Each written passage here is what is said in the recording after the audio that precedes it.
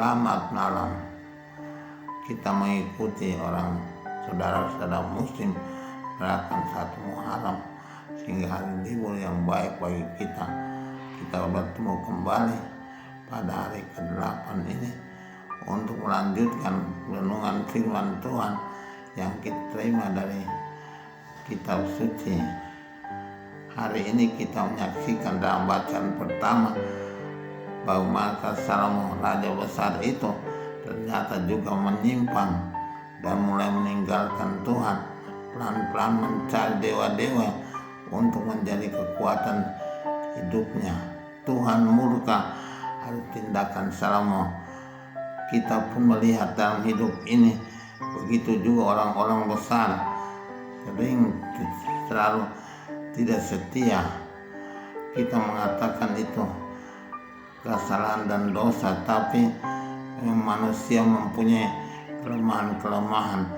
Manusia harus berusaha untuk selalu tetap setia kepada Tuhan dan kepada hukum dan kepada sesama, tapi itu susah untuk dilakukan.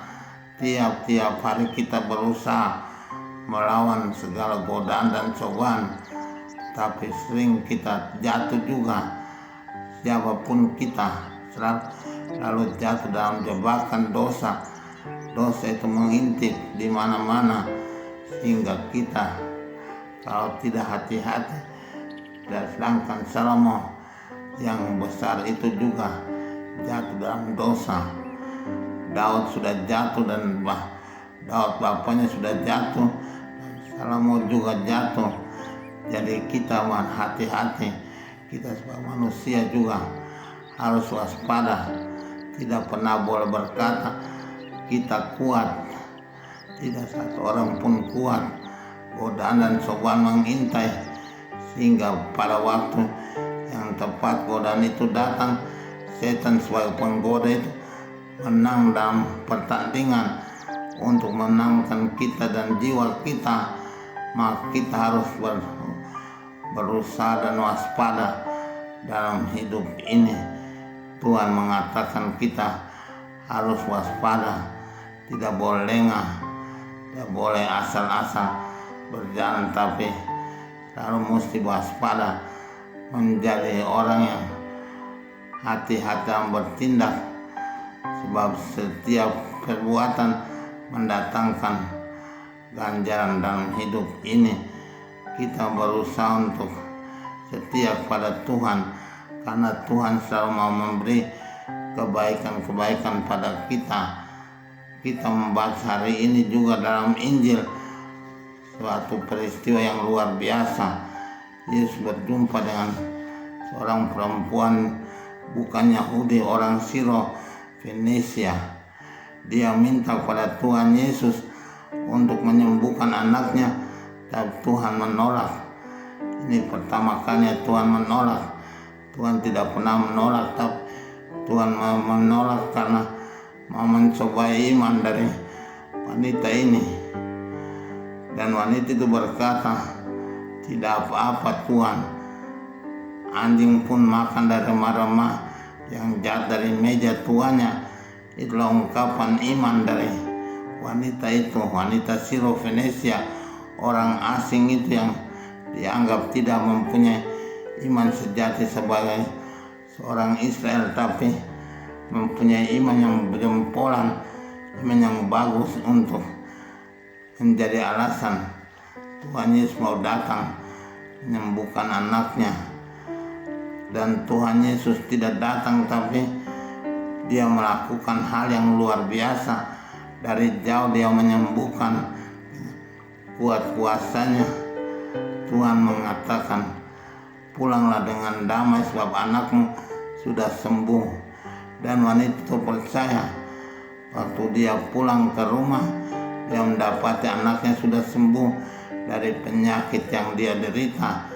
Dia benar-benar bebas dari kerasukan yang telah membuat hidupnya menderita. Dia betul-betul menjadi bebas karena kuasa Yesus. Kuasa itu kuasa yang besar, kuasa yang agung, kuasa yang luar biasa untuk menyembuhkan dan mengatasi segala pergumulan manusia. Kita bersandar hanya pada kuasa itu dan mengharapkan bahwa kuasa itu selalu bekerja untuk kehidupan kita. Betapa luhurnya Tuhan Yesus bagi kita, betapa agungnya kuasanya, betapa mulianya Tuhan memberikan segala hal bagi kita, sehingga anak dari Sirofenes ini boleh sembuh dengan kuasa Yesus. Itu luar biasa.